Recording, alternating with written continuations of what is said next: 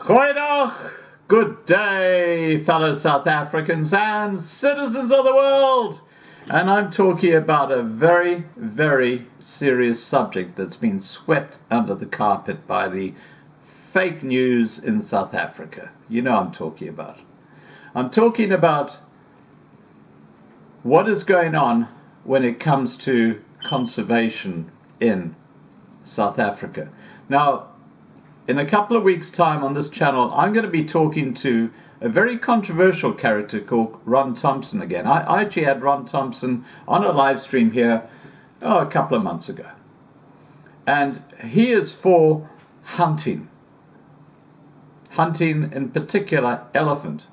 Because he says there are too many elephants in the area that have been designated for them. It's rather like having 20 people fitting in a house that should fit like 4 people. You can imagine how stifling that would become. The worst part of this particular outcome is that because there are too many elephants, the trees get decimated. And he points to Botswana, he points to the Okavango swamps, he points to what's happening in Zimbabwe today, and what he says makes a lot of sense. But the problem he's got are these lefty conservative groups, conservation groups, who say you can't do this, you can't do that, etc., etc., etc. Now, this is a bit of a teaser video that I have attached here.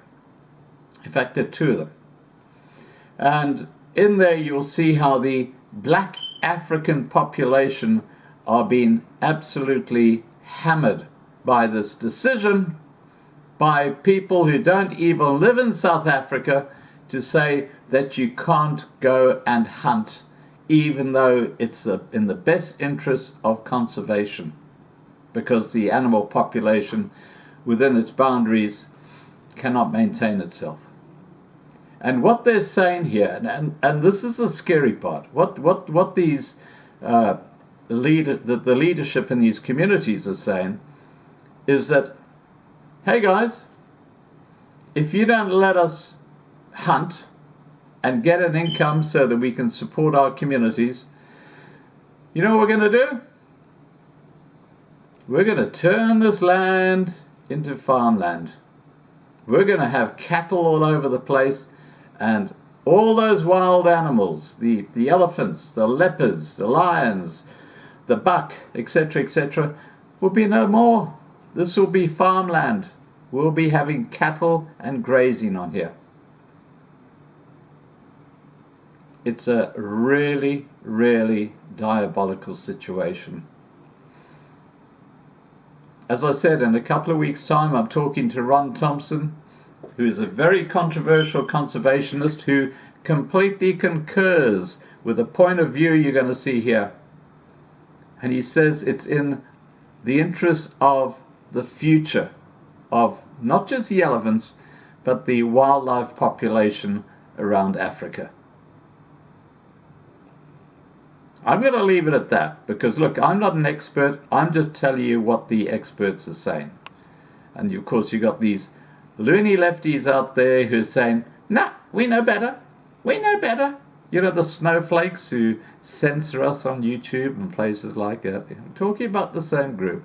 They've got no friggin' idea what's happening on the ground and what their actions are doing to destroy wildlife in South Africa. Okay, so there are 2 videos that I have attached here. There's a shortish one, then there's a longer one, but they're both basically on the same subject about why hunting should be allowed to continue in this particular game park, because not only is in the financial interests of that community, but because it's good conservation. And that's what I'll be talking to Ron Thomson about later this month. Please remember to register on lovinglivetv.com. A link down below this video. Please remember to like this video. Please remember to share this video. And above all, please stay safe. Bye for now.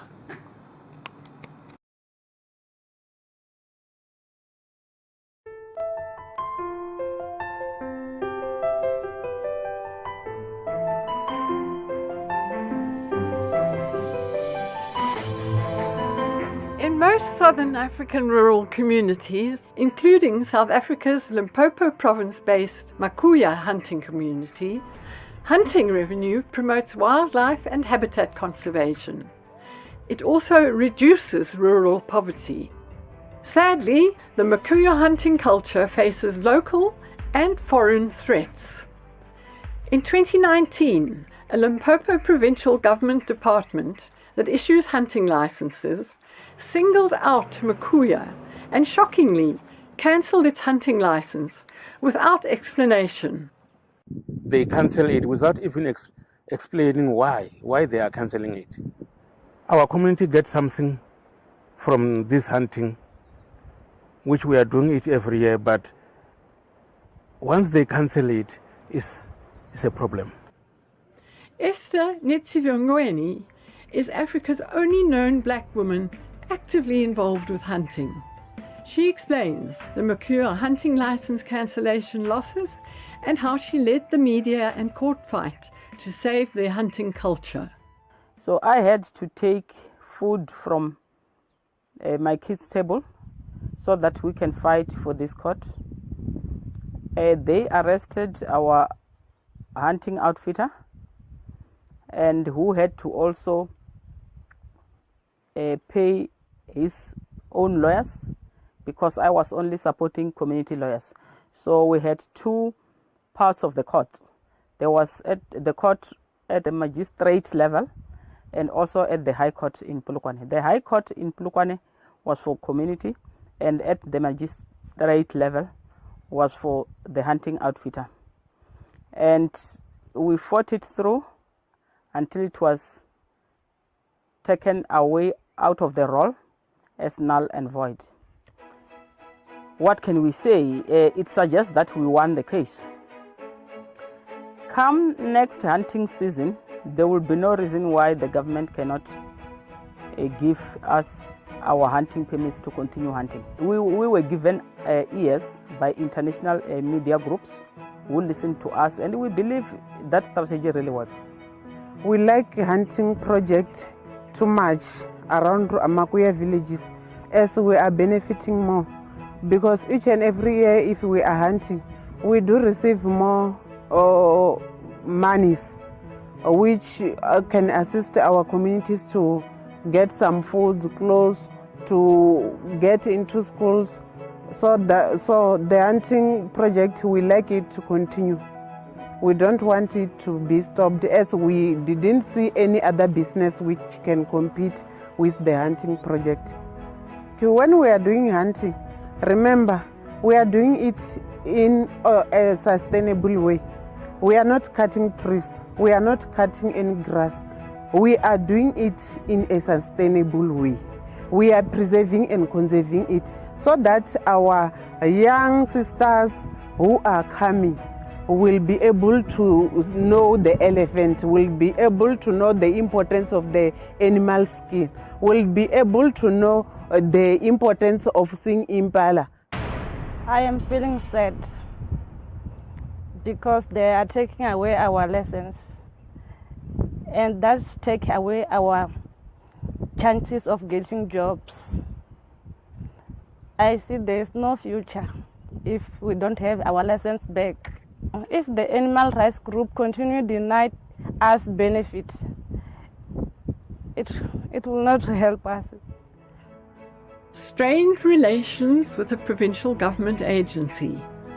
Excellent relations with the national government. This is Makuya's curious situation.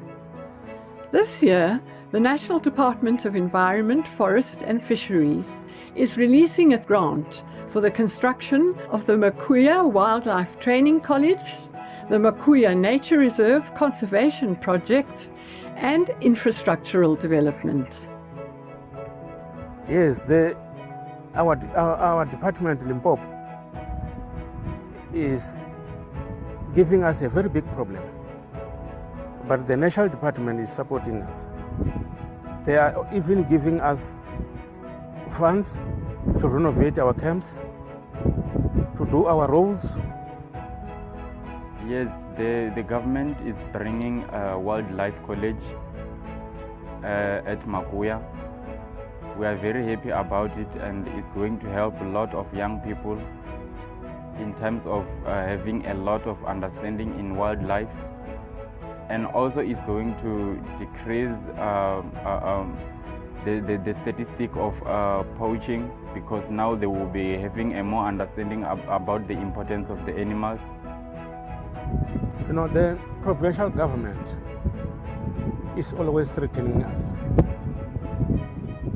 They once called us in a meeting with the MEC.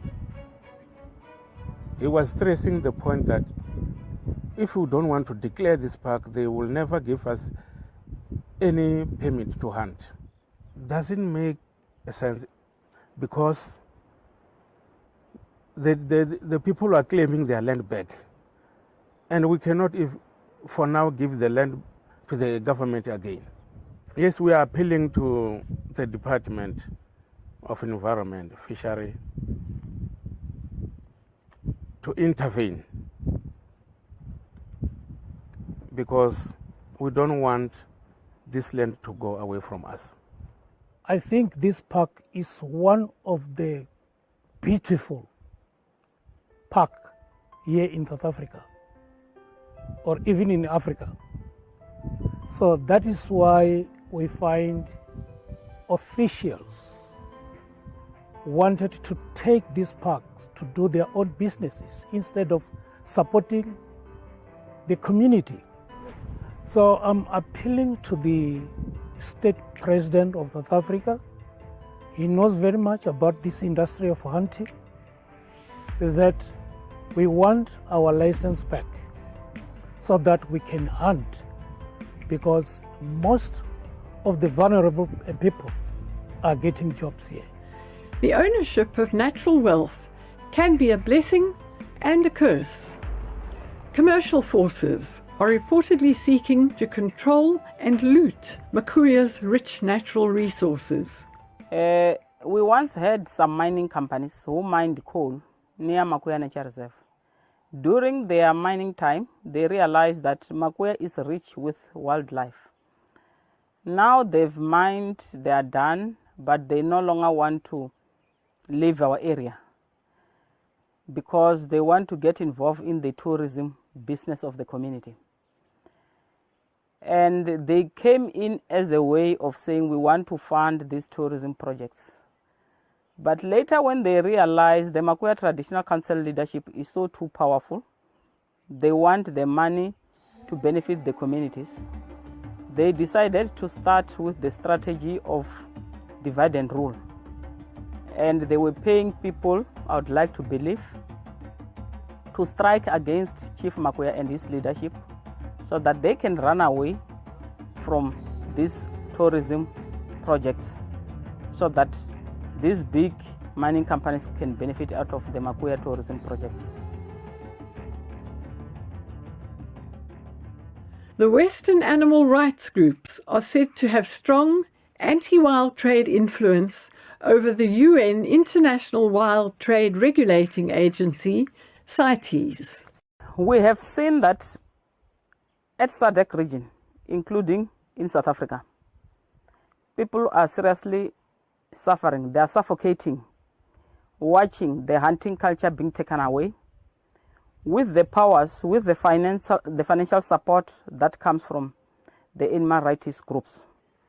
If the Western countries and the animal rights group block us from hunting and trading with ivory, they must know that they are not welcomed in the SADC region.